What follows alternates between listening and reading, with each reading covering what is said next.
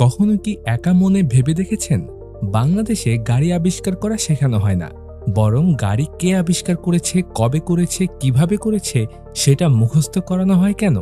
এর পেছনে কিন্তু গভীর দর্শন আছে।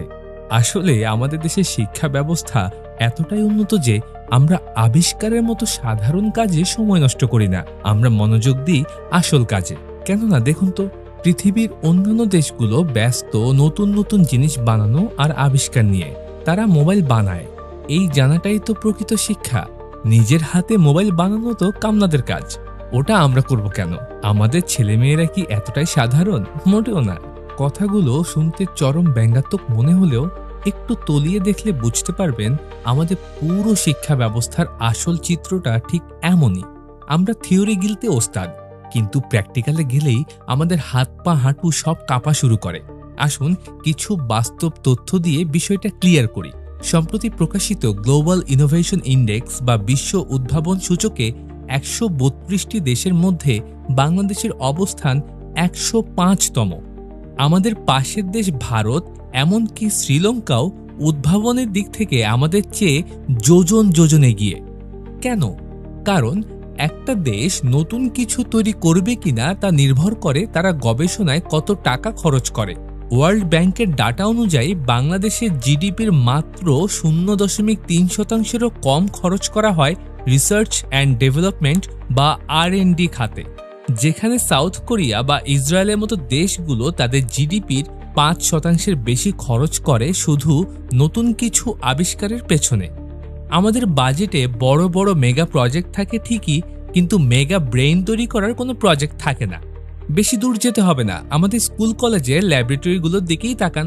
বেশিরভাগ ল্যাবের যন্ত্রপাতিগুলোতে ধুলোর আস্তরণ পড়ে আছে।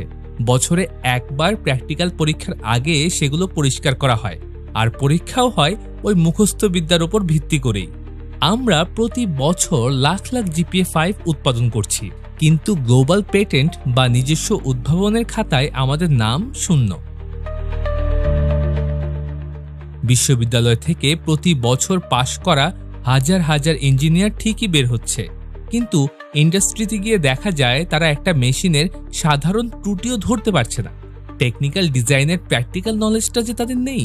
তখন বাধ্য হয়ে বিদেশ থেকে এক্সপার্ট বা প্রফেশনাল হায়ার করে আনতে হয় চড়া ডলারে।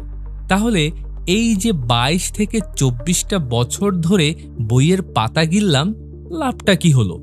সত্যি বলতে আমাদের শিক্ষা ব্যবস্থা একটা কেরানি তৈরির কারখানায় পরিণত হয়েছে, যে কারখানায় প্রশ্ন করা নিষেধ, শুধু মেনে নেওয়াটাই নিয়ম। আমরা হয়তো গর্ব করে বলতে পারি টমাস আলভা এডিসন কবে লাইট বাল্ব আবিষ্কার করেছেন তা আমাদের মুখস্থ, কিন্তু আমাদের শেখানো হয় না কিভাবে একটা নষ্ট বাল্ব সারিয়ে তুলতে হয়, বা তার চেয়েও উন্নত কিছু কিভাবে ভাবা যায়। যতদিন না আমরা কে করেছে এবং কবে করেছের বদলে আমি কিভাবে করব এই প্রশ্নে জোর না দিচ্ছি, ততদিন আমরা ওই মুখস্থ বিদ্যার উন্নত জাতি হয়েই থাকব। আর সত্যিকারের আবিষ্কারকরা আমাদের কাছে তাদের পণ্য বেচে বিলিয়ন বিলিয়ন ডলার কামিয়ে নিয়ে যাবে। এখন সিদ্ধান্ত আপনার।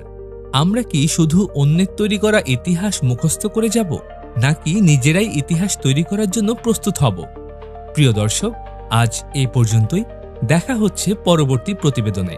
ততক্ষণ পর্যন্ত চোখ রাখুন আমাদের ইউটিউব চ্যানেল বায়োস্কোপ ও ফেসবুক পেজ বাংলার চোখে, এবং ভিডিওটি ভালো লাগলে শেয়ার করুন, কমেন্ট করে পাশেই থাকুন। আল্লাহ হাফেজ।